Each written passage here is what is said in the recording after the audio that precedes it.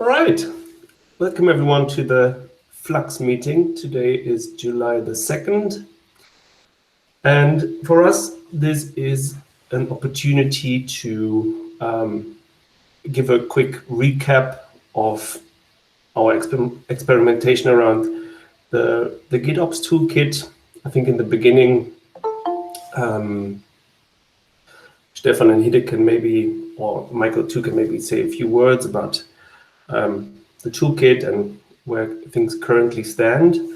In the chat, I gave the link to the agenda doc. If you don't have access to it, just request access and I'll add you to it. I think it would be nice if people could add themselves to the doc and then maybe just say a couple of sentences like what your interest is, and we can take things from there. Who of the Flux folks wants to start off? Or maybe did everyone have a quick look at the GitOps Toolkit, the link, or maybe the video, the slides even? Just to set the scene a little bit. How much background do people need? Is basically the question. So hi, this is Jeremy from Google, and I work on Kubeflow. I've taken a look at the website and sort of looked through the functionality and just briefly, maybe 15, 20 minutes. Just so you know, I tried to edit the doc to introduce myself, but I don't seem to have edit permissions. I don't know if it's, but there should be like a request access button at the top somewhere. If you click that, I'll be happy to add. Great, thank you. Sweet.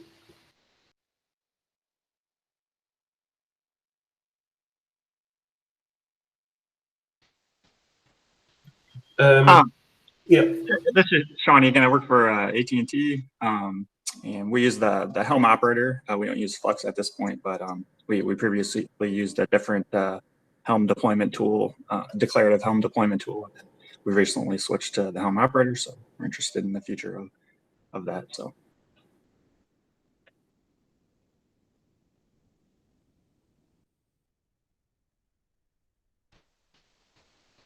All right.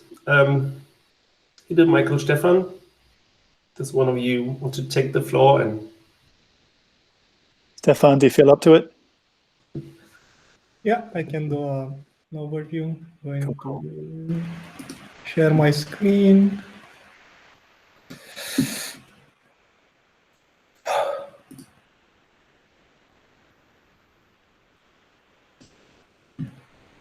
My CPU is on fire for some reason, so I see. Okay, so we've started working on the GitOps Toolkit around 2 months or almost 3 months ago, and we've set up some goals for it. First of all, we wanted to have common service, something that could serve both Flux and Helm operator in terms of operations with Git. So if you are a Helm operator user, for example, you know that you can define charts coming from a Git repository.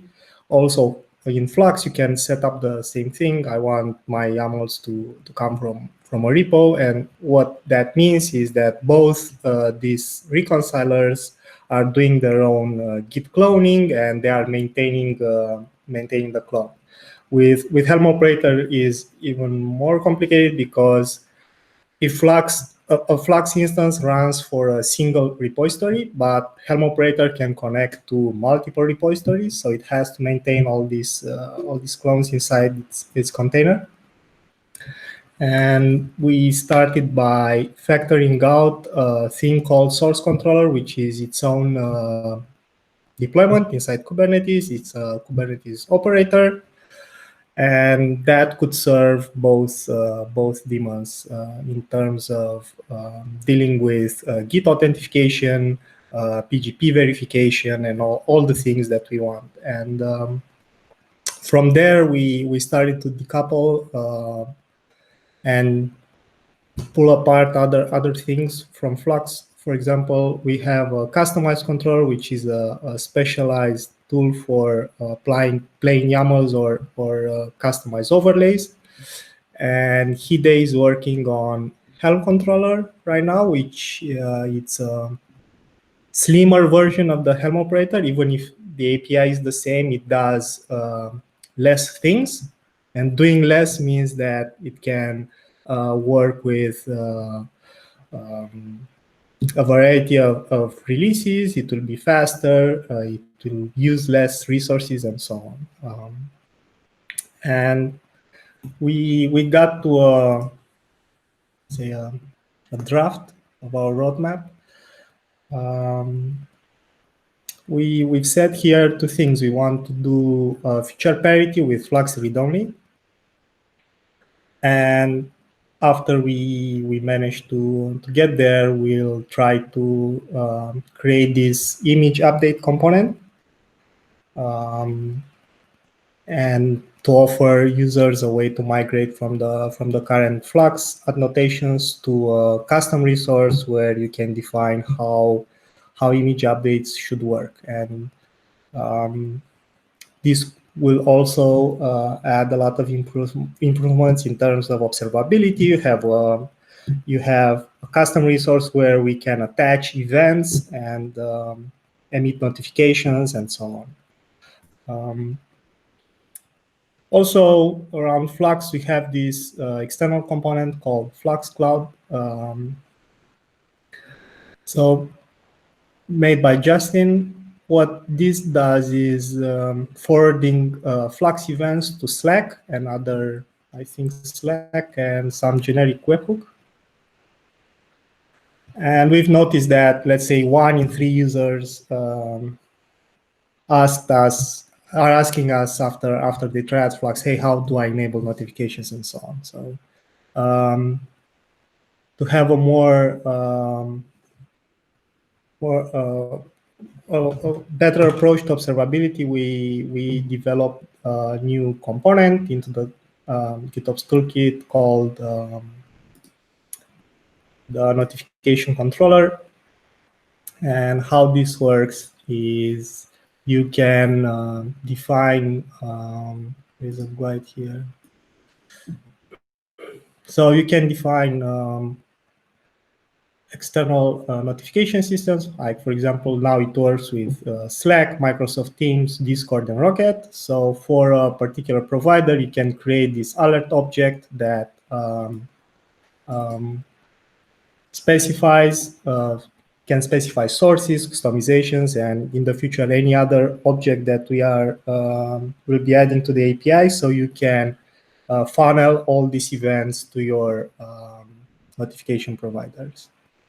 This is where we got today. Our main interest is to see how the Flux users are looking at this at the GitOps Toolkit and what features they think it's important for us to port or introduce in the future Flux v2.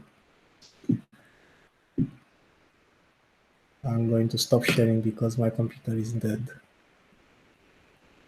Stefan, can you comment very quickly about the relation? You just mentioned Flux v2. Can you comment on the relation between that and GitOps Toolkit, since those terms are both being used now? Yes, so the GitOps Toolkit offers a CLI, and with that CLI, you can install on your cluster one or multiple components that we have today. And in the future, we think that Flux v2 could be assembled from these components that will match the current Flux features. And we will probably offer a command that you could upgrade from Flux v1 to the Flux v2, which is assembled through, I don't know, source controller, customized controller, notification controller. That could be a way to have Flux v2 in read-only mode right now, if you want to try it out. Cool, thanks. And one thing when we talk about the roadmap that I think will be important is stuff we want to deprecate. Especially important to talk about with people who use it, because obviously you need to know about that well ahead of time, and have a recourse to trying to persuade us not to deprecate things if you really need them. So that will come up when we talk about the roadmap a bit later, I think. Yeah, okay. You want me to go into those details, or? No, let's cover it. I think there's a line item in a bit. Okay. Yeah. Hi, this is Jeremy again. I just have one question. So an alternative pattern that I've seen is, sort of following sort of a left shift philosophy, is that you only sort of deal with hydrated YAMLs. So you would have sort of a two-step process. Like if you're using Customize or Helm, you would sort of hydrate the manifests, run Customize, build, etc., and check those manifests into your Git, and then so your GitOps tooling only has to deal with like hydrated manifests. So it seems like you're adding sort of first-class support for at least Customize and Helm. I'm kind of curious why you've chosen to go down that path.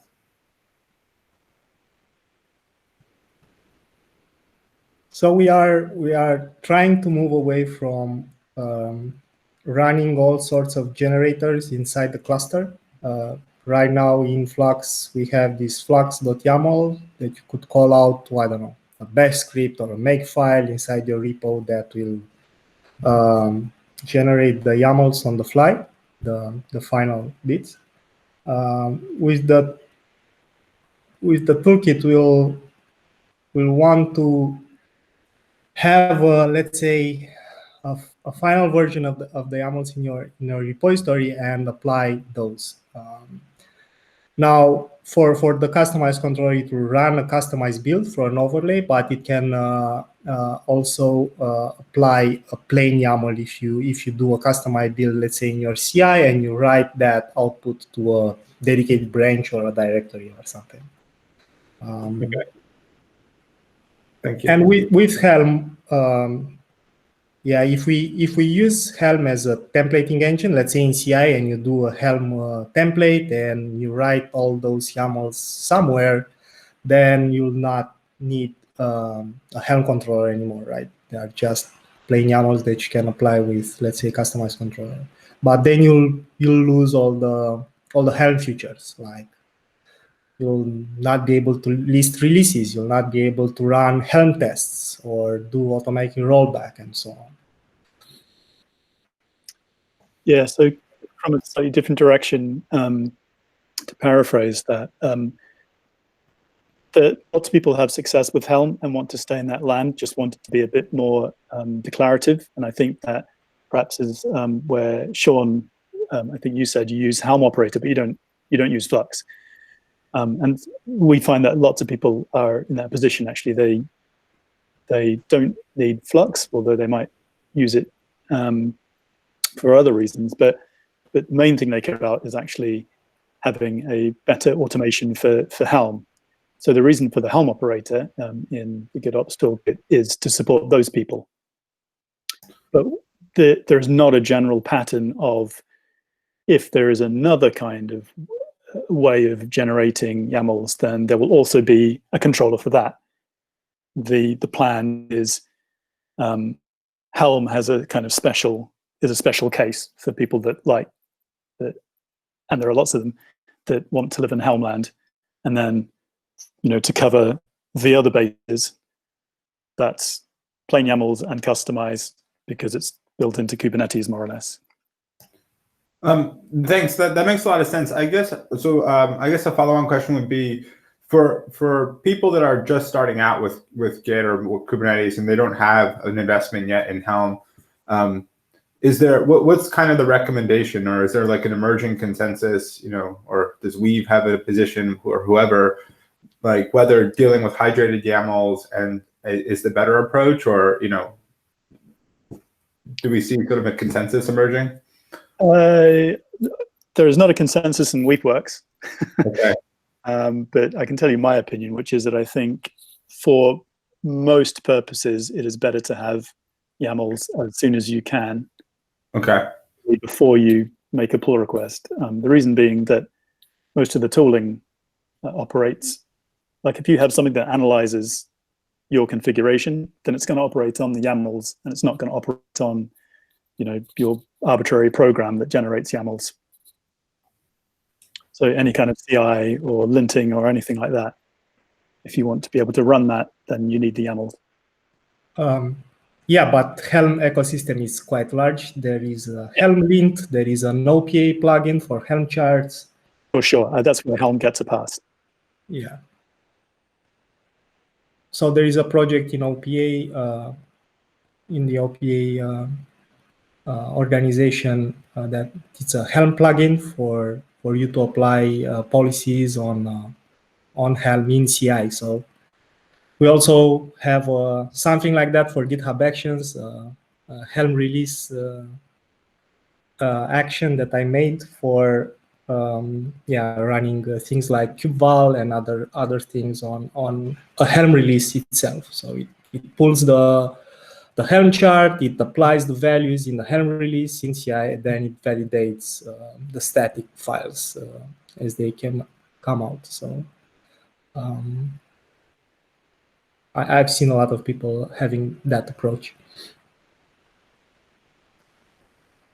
Thank you.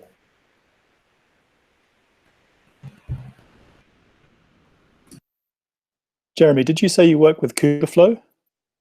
Yeah, I work with Kubeflow. I'm also at Google. Yes. And is that JSON still? Have I got that right? Oh no, we moved off that. We moved off that when KSonet got deprecated or archived. So we use Customize, and I really like it. It works well for us. And then we're starting to use kept functions to do more complicated transformations. I really like that philosophy.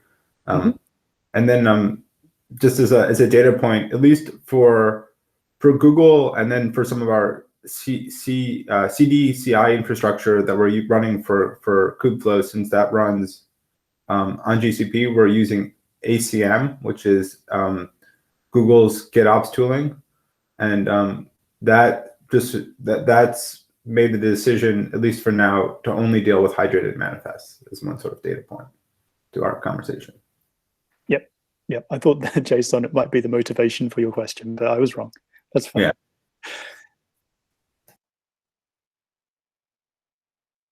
But yeah, the fact you're using kept means that you're already quite heavily tilted towards having hydrated YAMLs early on. Yeah, I also talked to Brian Grant a lot, so if you And that. yeah.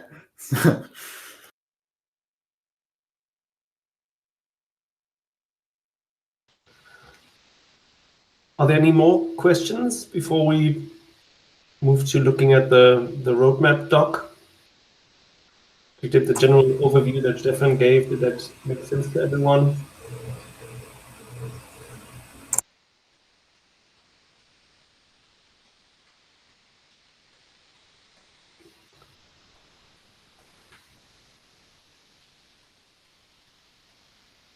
Arthur, did you want to say anything? I'm sorry. I don't know if that's the right time to ask, but I'd like to start working on some issues, especially on the observability issue. But I don't know if that's the right time to ask how to get started. And maybe somebody can say a couple of things on where we stand there or what needs to be done. On the observability end. I've seen there is this issue that I've posted on the chat But I've asked it about it on the Slack channel, but I didn't get any answers. So I'm assuming you guys are really busy with the Flux v2, right?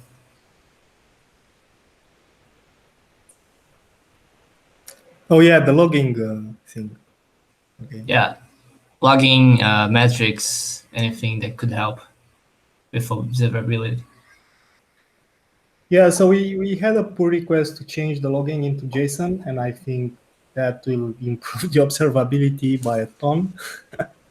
But yeah, that pull request got stuck because the current Flux logging is kind of loose, and if we try to use Zap like everybody else, like the GitOps Toolkit, for example, all the controllers are using Zap and JSON structure logging. But if we try to get Zap into the current Flux, then that means a breaking change to our current users, because we cannot, for example, the date will not be formatted the same way, and there are many other issues around error detection. Zap has its own console output that's nowhere near what Flux does today. So we could choose to invest a lot of time in building all this a Zap plugin that mimics what Flux does today, or yeah, I don't know where to go from there. It's sort of the case with lots of stuff in Flux, is that Flux predates things like that, and it doesn't predate Prometheus, but it might sort of predate best practice with regard to Prometheus. So, and of course, since, like Stefan mentioned, since people will have come to rely on the way it does stuff, there are backwards compatibility problems. And the only way you can really get past a lot of those is to do a major version bump and just break compatibility for things like logging, which is sad, but it's just sort of the way it is. So lots of the things like observability is and making logging better is, although we are very busy, is sort of less to do with busyness and more to do with breaking stuff or not wanting to break stuff, and therefore other things are prioritized. Do you guys think that it's worth to work on this before the release of Flux 2, v2, or should I wait and see how everything's working and then start working on improving logging and metrics? Well, so hang on, I'm not muted now. Whatever we do with Flux v2, Flux v1 will be around for a while, and at some point we will be able to pay more attention to it again. Obviously, eventually, the ideal is that people move on to Flux v2 because it's more modern and it's better factoring in the more ability to sort of pick and choose which bits you need. But in the meantime, there's lots of people that would appreciate work on Flux. The difficulty right now is that our attention is kind of split between these two things. They won't last forever. So that I sort of dodged your question slightly there, Artur, sorry. That's all right. Thanks. It helped a lot already. Cool. So Artur, I have a proposition for if you are interested in observability features. We haven't got to that part yet. So we have the logging sorted out in the GitOps Toolkit, but and now we've built notifications into it. And the next step from an observability point of view will be to have consistent Prometheus metrics across the specialized reconcilers. So for example, the reconciler that applies YAML and the reconciler that applies Helm chart should have some metrics in common, so you could easily build a dashboard to observe the whole cluster state. Doesn't matter if it comes a change comes from a Helm chart or a change comes from a YAML or whatever. So if you want to get involved into building let's say a draft of what metrics should we expose and how to do that and create like a common library for all these metrics so we can use them in all the components, that will be a great help. All right, thank you. Thanks. So I have a question about scope. So the problem that we're seeing right now in our GitOps journey for Kubeflow is actually sort of upstream of rolling out our manifests, and it's actually in sort of the automation of pull requests, right? So we're a multi repo project. So typically a problem that we would have is you have one repo where we have the source for our application, and then we have another repository where we actually store the customized manifests that we want to, for our applications. And so the kind of automations that we want to do is we want to, after somebody submits a commit to like or pushes a new Docker image, we want to automate, creating a pull request that would update the YAML file that would then reference that that new Docker image, right? And so, the tooling and library functions that we're sort of looking for are things like, creating a pull request, right? And also, and so I was kind of wondering if that was in scope for the toolkit. Like right now, we just kind of like shell out to the appropriate CLIs, Git and Hub and whatnot, which works. But it seems like this is a common problem, and it seems like there's opportunities for improvement. So I'm just wondering if that's in scope or not. So we've decided to for the toolkit to have a better integration with the Git providers, more than just have generate an SSH key pair. For example, if you see in the toolkit Bootstrap, it can talk directly to the GitHub API or the GitLab API. It creates a repository for you. It sets up deploy keys automatically, themes, if the repo is public or private, and so on. And we will be working on a webhook receiver for all these providers. For example, when you, let's say, open a pull request, maybe you want to react to that action. So that's from Git to the cluster. You are asking the other way around. What about the cluster detects some changes, right, and talks back to the Git provider, let's say opening a pull request for an image update. Yeah, I think that could be a nice feature for the write back component. Instead of writing directly to a branch like we are doing with Flux today, it could open a pull request. We had these requests so many times in Flux. Like, I don't want Flux to write directly to my master branch. I want a pull request for it. So Okay, sounds great. Okay, thank you. I would love to collaborate on that. So let me know, and maybe we can discuss. I'm not sure where, but let's, yeah.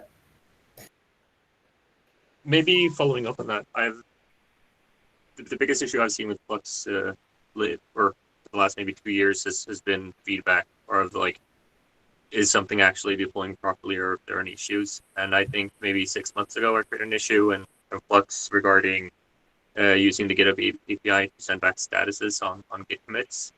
Is that something, because now when there is actually some sort of notification provider, is that something we could actually do?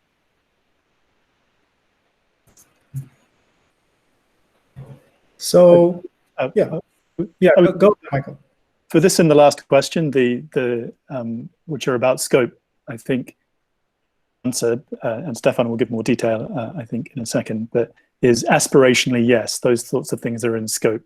The idea is, with the GitOps Toolkit specifically, is to have stuff that you can mix and match to put together your own workflows. So as Stefan mentioned, if you don't, Flux v1 does its image update automation, and hopefully we can either provide a controller which does a better job and has a bit more kind of flexibility to make PRs or whatever, or we can at least work in sympathy with or pipeline driver things like Tecton in order to get your workflows done. And now I'll step out of the way for Stefan to give you some details. Yeah, so how I imagine the write back will be first with, let's say, if we address GitHub only, in GitHub, we have a workflow engine called GitHub Actions. And for example, there is an action that can open a pull request for you when a particular user does a commit to a particular branch. So let's say our image update component doesn't do what Flux does today, doesn't push to the same branch that it reconciles with.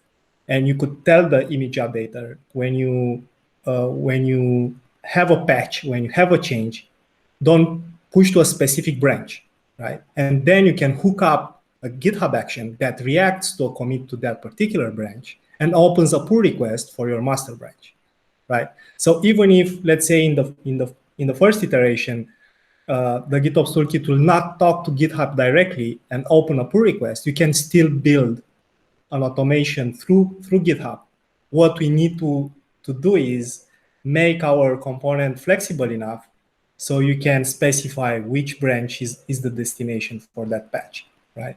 Of course, we could go deeper and talk to the GitHub API, to the GitLab API, and open a pull request directly from the daemon. But I think a first step towards that goal will be to,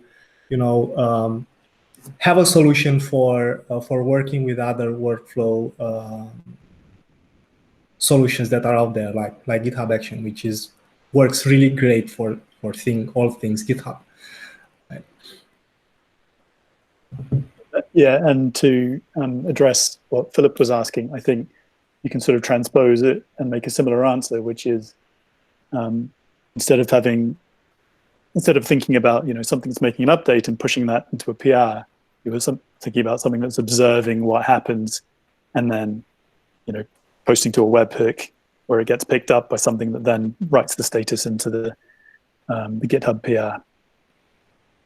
Yeah, exactly. Because I'm mostly just concerned of as long as there's some reasonable API that's exposed that's giving some other controller that can consume events, I think that's fine. The biggest issue I have right now is I have a lot of customers who are they complain a bit because it's kind of difficult to see, for example, when they commit something to a dev branch, for example, if it actually is pulled into the cluster or not, if there's some issue in the manifest generation or whatever. And the same thing goes for when we're using Helm operator to know, is the Helm operator actually successful when it's applying the Helm charge? So as long as we can get like some sort of event out, building the controller is kind of the easy part. Because right now I've built something that consumes in the same way that Flux Cloud does, consumes the WebSocket solution that's in Flux, and some other stuff with the Helm operator to actually figure out the status and send it back, in this case, to Azure DevOps. Yeah, so Flux v1 is pretty patchwork with regard to what it tells you about. One reason is it's very difficult in Kubernetes to say anything is ready. But that situation has actually moved on a bit. So there is like case status, for instance, where you can at least ask and get a sort of standardized answer about the set of resources that you care about. So it is possible to say, for instance, the sequence of I synced this commit, all the things that I synced in that commit are now reporting ready, and have those being sort of halfway reliable, which didn't used to be the case. So yeah, I think that's much more possible than it used to be, and we could do a less patchwork job at it. So what we have today in terms of events and notifications, we have an event API. All our controllers will be issuing events, and there are two destinations for these events. One is Kubernetes events attached to the custom resource. So for the future Helm controller, everything that happens with the Helm status, you can do get events for that Helm release, and you'll see all the things that are happening. But there is still an issue with Kubernetes events, and I've learned that the hard way in Flagger. So Flagger at the beginning only did Kubernetes events and nothing else. And because etcd is not a log storage, a logging storage, these events are treated as ephemeral. They get dropped, they get compacted, and so on. And by looking at Flagger users, most of them told me, this thing is not reliable. I cannot reliably subscribe to these events because on GKE, they get dropped after a couple of minutes if you issue too many events, for example. Right, so taking that into consideration, we've also created this notification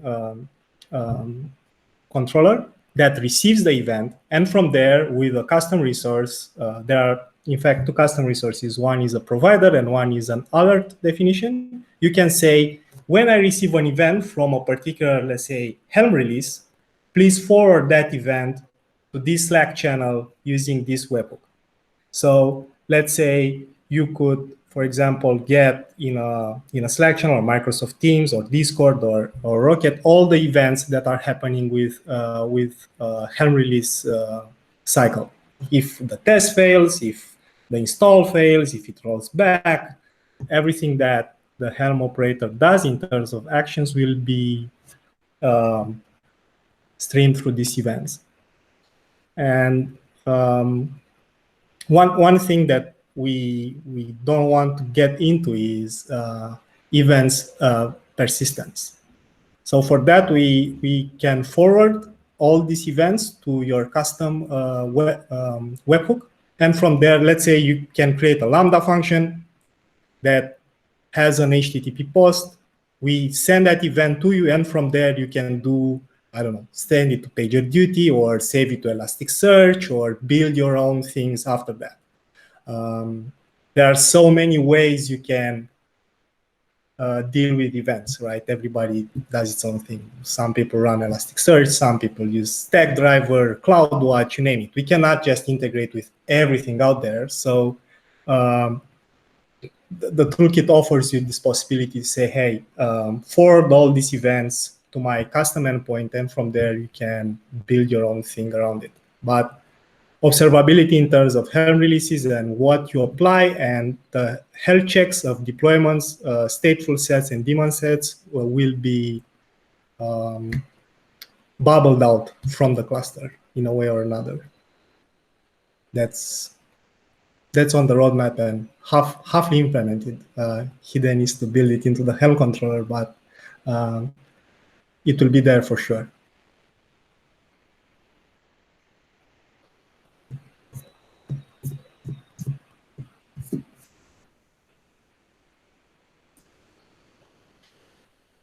Yeah, that sounds great. Thank you.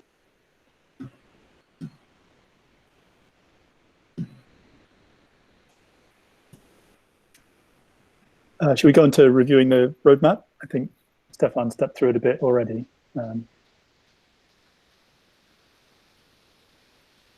Super. Yeah, we could review what we are not going to keep in Flux V2. I think it's very important.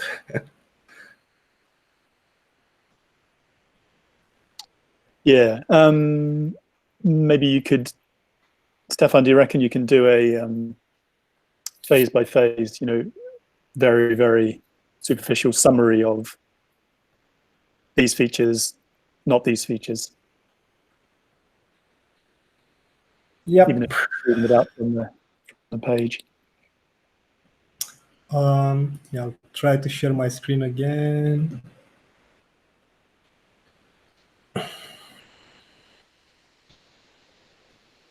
Yeah, maybe just briefly, we should say that this is the roadmap draft, and we're mostly here to get your feedback and to see if it makes sense. Like, none of this is set in stone or announced or anything. It's quite important that we build this together and see what's important to everyone. So for each milestone in the roadmap, we've set some known goals. And for example, to get a feature parity with Flux in read-only mode, that doesn't mean we'll keep supporting Flux YAML format. what happens today with Flux YAML, you can tell Flux to run arbitrary commands using I don't know, a binary that's in a container comes with the Flux container, like customized binary or kubectl binary, and you can also call out to a bash script or a make file because make is installed, bash is installed, and so on. And what we've seen after we launched this feature is the fact that it's very, very hard to debug what's going on, because a lot of things are all conflated inside your cluster in a container, and Flux executes it. And Stefan, 1 second. Can you increase the font size a little? What's the request? Bigger? Yes. Super.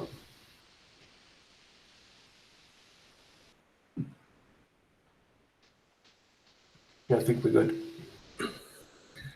So for our current Flux YAML users, those that are using Flux YAML to do customized build will have a migration guide, how you can run the same customized commands, but in a safe way without executing to the customized CLI directly, and you not be able to pipe several things. But I'm seeing that people are iterating through directories, they do customized build on each directory, and at the end, they apply everything. That will not be supported. You have to create a customized YAML that includes all the other customizations and run that, only that one. Or there are several ways with the customized controller to be able to do the same thing.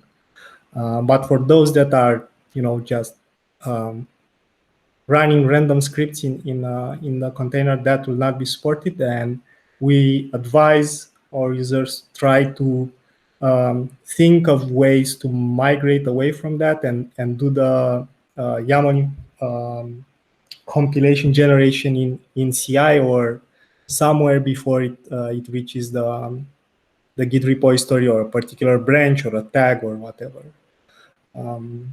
So that's one aspect, Flux YAML, and another aspect is the image update feature, where we are not planning to support. We are not planning to have backwards compatibility with Flux v1 annotations.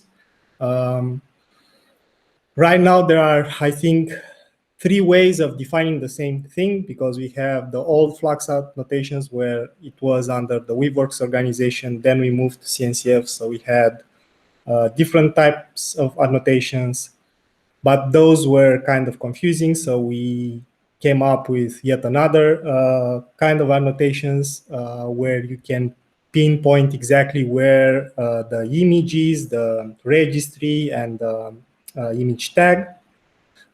Works kind of like selectors inside the YAML. And we've seen like a lot of people have, if you mistype something, but you have enabled Flux automation, then Flux will just ignore all those paths and will automatically update to the latest image that was pushed on the cluster. And this is kind of dangerous, because maybe in production you want to do only SAM words, you mistype something in the annotation, and instead of a new SAM word release, you'll end up with, I don't know, something deployed from dev. If you use the same registry for all your environments. So in order to improve this thing, we're going to create a custom resource that has validation that you can somehow test before you actually apply it, and that's another thing. For Helm operator, for the first iteration, we decided to drop support for Helm v2, and the toolkit components, the Helm controller in the toolkit will only support Helm v3. And I think that's one of the major breaking changes. Another one at the moment, we are going to release a Helm controller that works only with Helm repositories, not with Git repositories. And we could reconsider that later on if there is an interest for it. I think that sums up the non-goals for the GitOps Toolkit Flux v2 Helm operator v2. Thanks, Stefan.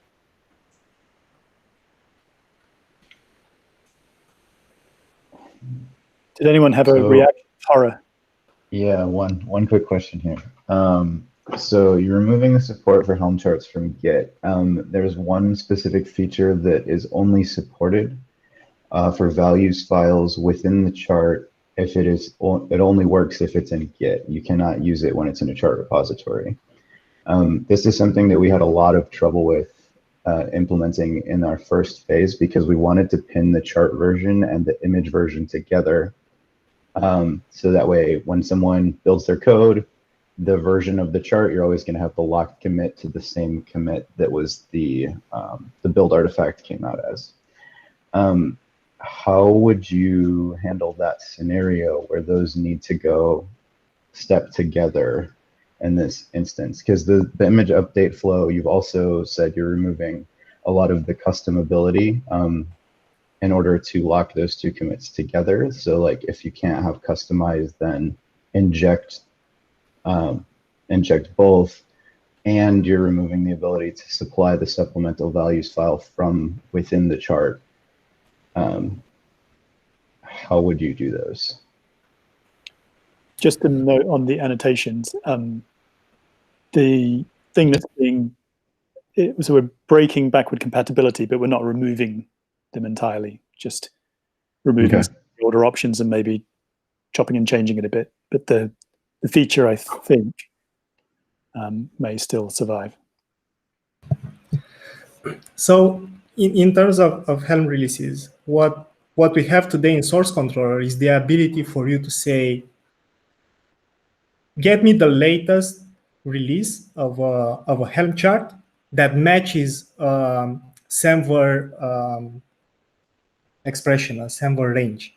That was not supported in Helm operator at the moment. So you are forced into matching container images with configuration. How we are solving this issue is by allowing you to say, hey, every time I'm changing configuration and containers, I'm going to create a new version of the chart. I'm going to push that chart to my Helm repository. Then source controller will detect, hey, there is a new chart version.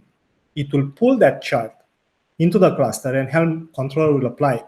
And what it will apply is both new images coupled with the right configuration. Does it make sense?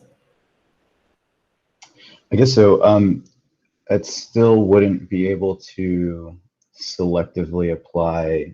So our scenario is that we're choosing a values file from within the chart, and that only works from the Git. It does not work with a chart source being as a chart repository. So that's one feature that would be lost. And so in order to be able to march those together, that's kind of how we solved that problem. And we did not use semvers in order to do this. We had to use the git tag or git sha as our reference. So if you're suggesting that we would be able to, in a fully semvered, I guess, way of thinking about our build artifacts, accomplish the same, is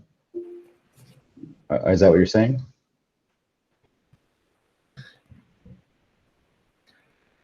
Because you could, in theory, before you apply the chart, unpack it, look inside it, and in a non-Git scenario, apply a values file from within the chart.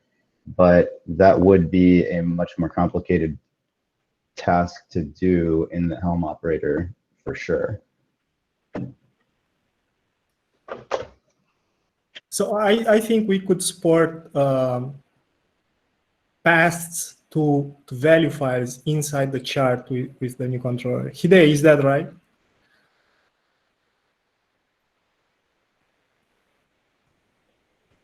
Yes. Because we don't enter the chart. What the new, or at least the proof of concept thing I'm working on does at the moment is it simply fetches the tarball and then gives it to Helm, and then it works just like feeding your Helm CLI some artifact, but it doesn't enter. But I think it would be possible. But the same is like Git isn't included at the moment because a non-goal is it's a non-goal for now. I can imagine that we will add it at a later moment to the source controller, and things will, or at least it will be able to build Helm charts for coming from some Git repository.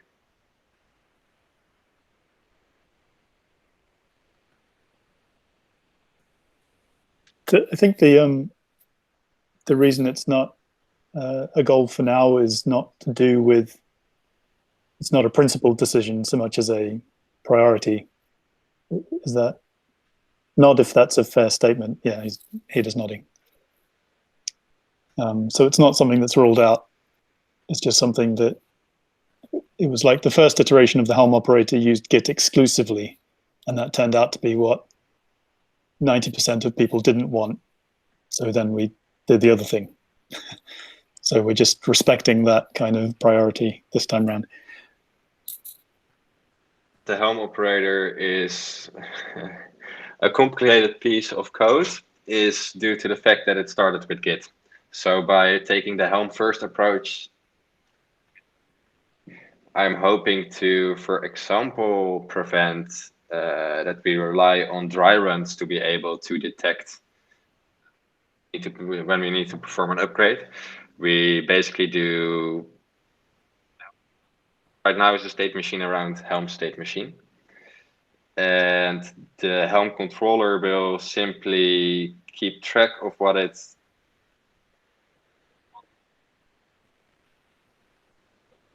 if on the next run it no longer matches the recorded, or the Helm state no longer matches the recorded state from the custom resource, it will simply perform an upgrade instead of doing a dry run and then trying to figure out if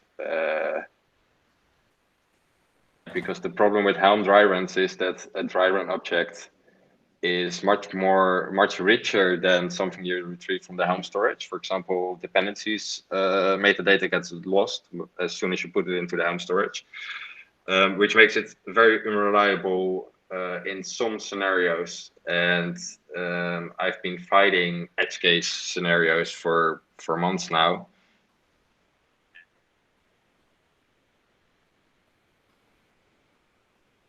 The Helm route first without involving Git, it will be a much better, or much easier to build a better solution. But that doesn't mean we are not going to ever and to create Helm charts from Git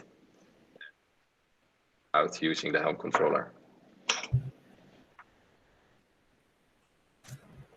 So Tai, if you could reference a value file that sits in the chart itself, will that solve your problem? Let's say, so you create a new chart release.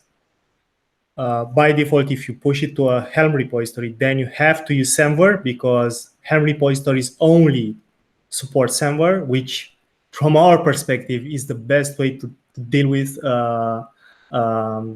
production systems. Like, you don't have to look at timestamps or anything like that. You just give a Semver range. If you can reference a different values than the default values YAML from the chart itself, would that solve your issue?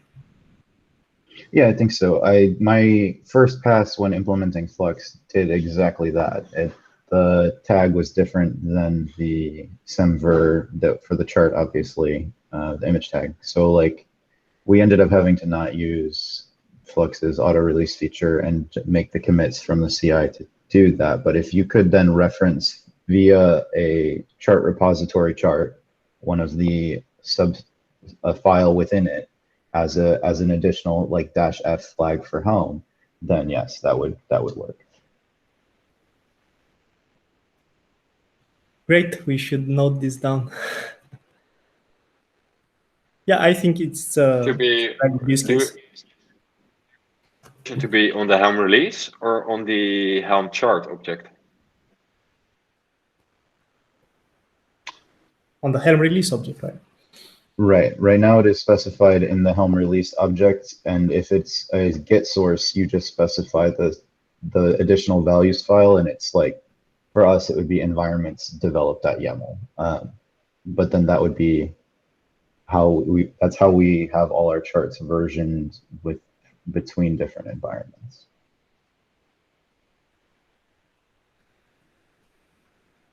So inside the chart itself, you'll bundle values minus dev, values minus staging, values minus production. Then in a Helm release, you'll say, okay, I want to install this chart, but I want to use the values minus dev because, well, that particular cluster is a dev cluster. So you can set it up like that in Git. Exactly. Yeah. I think this is something that's kind of been historical, like that's how they were doing Helm charts 5 years ago here. And so that's kind of something that's lived on for a long time. Probably not the best practice for handling values, but Helm is also a little awkward for handling multiple environments, as you can't like do variable interpolation inside your values files. Yeah. Yeah, we've seen users doing, so they have a Helm release in a base directory. Then they use customize to patch the Helm release value. So the values field inside the Helm release, they patch it with customize based on environments. Then they tell Flux, okay, the Flux running on a dev cluster should sync with the dev overlay. And when you run customize, when Flux runs customize build, it patches the Helm release from base with the values that you need on dev. Right, and that makes sense.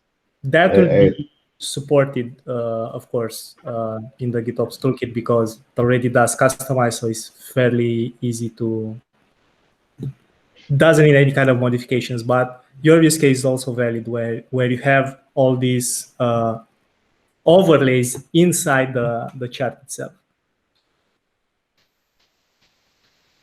For example, the stable charts like Redis or Elasticsearch, or if you look at those, they have values and values production, most of them.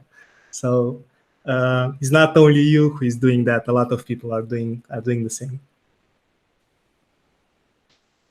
I noticed we're at the top of the hour. I don't know if people have to run to other meetings now or if you can go a bit longer. Stefan, Michael, how about you? I have to run and make a cup of tea before my next meeting. Right. Okay. Yeah, I don't know about Stefan, Michael, please interrupt me if I'm saying anything stupid, but I feel like this was like great feedback already. I think it would be good if everyone could take the time to subscribe to the Flux Dev mailing list because I mean it's low traffic, and we'll continue the conversation there and the Flux Dev Slack on CNCF. What I'm going to do is I think for the next time it would be good if we did weekly meetings. Would be my suggestion, just to refine the roadmap and.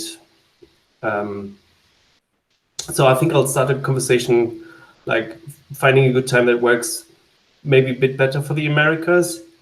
But I'll inform you through that mailing list as well. Any last things or any things where you need particular help or input right now? Yeah, I would like to ask Ty if he can open an issue on the Helm minus controller repository in Flux CD organization around the use case we've discussed, and we'll take that into consideration. Thank you. Yeah, so specifically, there's Helm operator and Helm controller. Controller is the new one, so that's the one you want.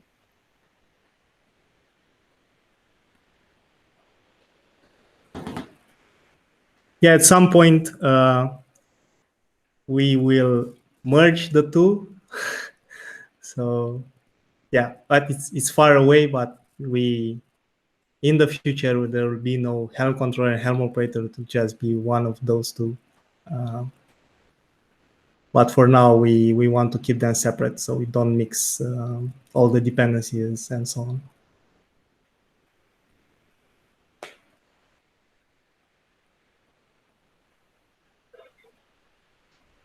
Super. Are we done? Yep. Excellent. Thank you very much, everyone, coming along, and Yes. great it's question. your- Thank you. Thanks, Bye. Bye.